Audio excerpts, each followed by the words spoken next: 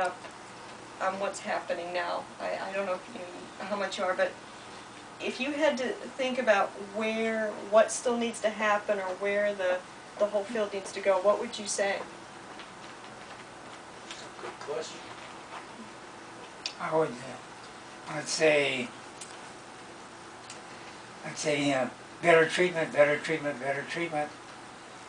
We don't need any help identifying people.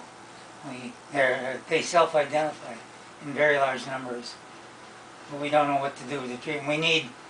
We need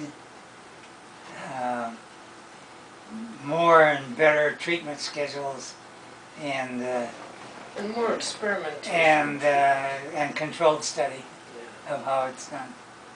Well, I think that would stem out of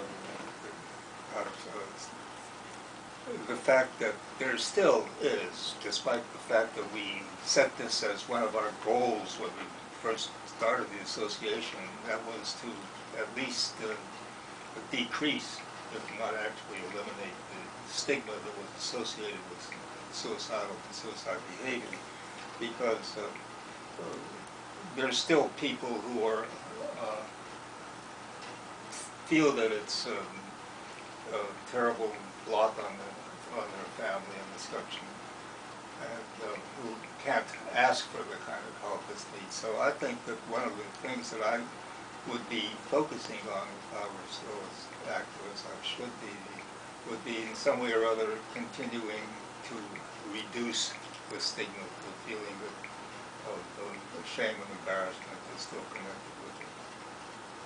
Do you have any idea how to do that? I mean, is there anything that you haven't seen happen? I mean, don't pin me down. No, I think it's we set the example certainly within the professional world, but there's so much more left to do. And I think a lot of it is in terms of educating communication resources, writers, and people like that who can talk about it, write about it, and present a very decent job, make a decent job out of it.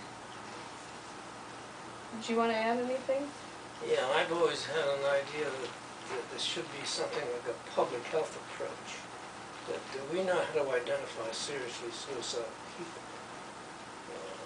For example, an idea I would want to do is have people identified in the emergency room who make a serious suicide attempt, and have a follow-up procedure like they used to do with infectious diseases. You check in with them every 3 to 6 months. And just be available, how you're doing.